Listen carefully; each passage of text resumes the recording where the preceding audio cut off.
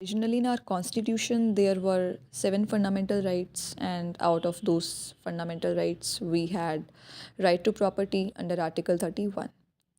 But at present हमारे six fundamental rights देखने को मिलते हैं, क्योंकि आर्टिकल 31 के अंदर राइट टू प्रॉपर्टी को हमने अबॉलिश कर दिया है और उसे अब एक लीगल राइट बना दिया है by passing the 44th constitutional amendment act 1978।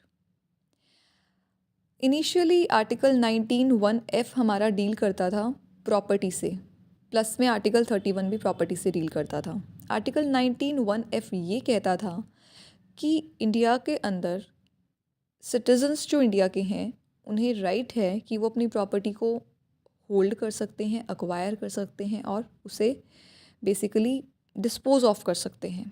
It means India के अंदर जो सिटीजन्स हैं वो खरीद सकते हैं प्रॉपर्टी को और अपनी प्रॉपर्टी को बेच भी सकते हैं। वहीं आर्टिकल 31 ये कहता था कि इंडिया के अंदर हर एक पर्सन, चाहे वो सिटीज़न है चाहे वो नॉन सिटीज़न है, अगर इंडिया के अंदर उसकी प्रॉपर्टी है तो कोई भी उससे उसकी प्रॉपर्टी नहीं छीन सकता, except in some special situations. जो है गवर्नमेंट ऐसा कर सकती है कि उस पर्सन से उसकी प्रॉपर्टी को ले लिया, वो भी सिर्फ तब जब गवर्नमेंट को कुछ डेवलपमेंट वर्क करना है या वो ज़रूरी है ऐसा करना गवर्नमेंट के लिए, तभी गवर्नमेंट उससे उसकी प्रॉपर्टी ले सकती है। इसके लिए भी गवर्नमेंट को क्या करना पड़ेगा, अगर किसी की प्रॉपर्टी गवर्नमेंट अक्वायर कर रही है तो उसको प्रॉपर कंपनसेशन पे करना पड़ेगा। अब क्योंकि प्रॉपर्टी इंडिया के अंदर एक बहुत ही सेंसिटिव इशू माना जाता है, लोगों के सेंटिमेंट्स अटैच होते हैं प्रॉपर्टी से, इसीलिए कोई भी आसानी से आप अपनी प्रॉपर्टी तो किसी को नहीं दे देगा। तो ये राइट एक कंट्रोवर्शियल राइट बना हुआ था, बिकॉज़ ये एक फंडामेंटल राइट था। तो इस आर्टिकल के अंदर अगर हमें कोई चेंज करना होता तो हमें फंडामेंटल राइट्स में चेंज करने के लिए एक स्पेशल अमेंडमेंट पास करनी पड़ती है, हमें वो करना पड़ता। और इस आर्टिकल के अंदर ना बहुत से चेंजेस आए थे जिसके लिए बहुत सी अमेंडमेंट्स हम पहले ही पास कर चुके थे। तो अब गवर्नमेंट ने डिसाइड किया कि क्यों ना हम इसको एक फंडामेंटल राइट से हटा के एक लीगल राइट बना दें, क्योंकि जो लीगल राइट होते हैं ना उनके अंदर चेंज करने के लिए हमें किसी प्रकार की कॉन्स्टिट्यूशनल अमेंडमेंट करने की नीड नहीं होती है। इसीलिए गवर्नमेंट ने क्या किया, 1978 के अंदर 44th अमेंडमेंट एक्ट पास किया और उसके तहत क्या किया, इसको एक लीगल राइट बना दिया। अब हम बात करते हैं कि ये लीगल राइट बन गया, उसके बाद इसके क्या प्रोविजंस हैं। तो पहला प्रोविज़न तो यही है कि इसमें चेंज करने के लिए अब हमें किसी कॉन्स्टिट्यूशनल अमेंडमेंट की नीड नहीं है।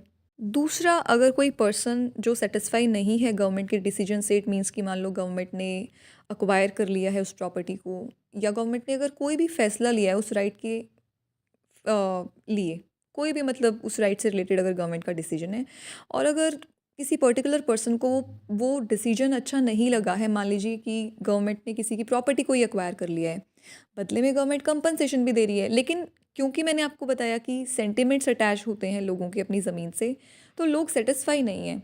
तो पहले क्या होता था, क्योंकि ये एक फंडामेंटल राइट था तो हम डायरेक्टली सुप्रीम कोर्ट में जा सकते थे, लेकिन अभी एक पर्सन को, जो कि एक ऐसा पर्सन है who is not satisfy with the government decision, he और she can not directly go to supreme court.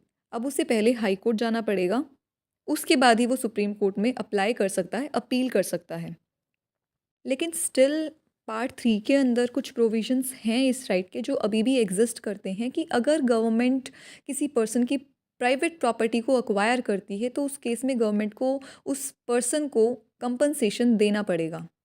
अब इसके अंदर भी दो केसेस हैं, कि पहला, अगर गवर्नमेंट किसी माइनॉरिटी कम्युनिटी की ज़मीन को ले रही है तो उस केस में कंपनसेशन देगी। दूसरा, अगर किसी पर्सन की कल्टीवेटेड लैंड, इट मीन्स कि ऐसी लैंड जिस पे वो पर्सन खेती करता है, किसी की अगर लैंड को अक्वायर किया जा रहा है तो गवर्नमेंट को कंपनसेशन देना ही देना पड़ेगा। ये पार्ट 3 के अंदर अभी भी मेंशन है। It means when the state acquires the property of a minority education institution, then in such case the state government has to pay compensation to that particular community. And this provision was added by 44th Amendment Act 1978.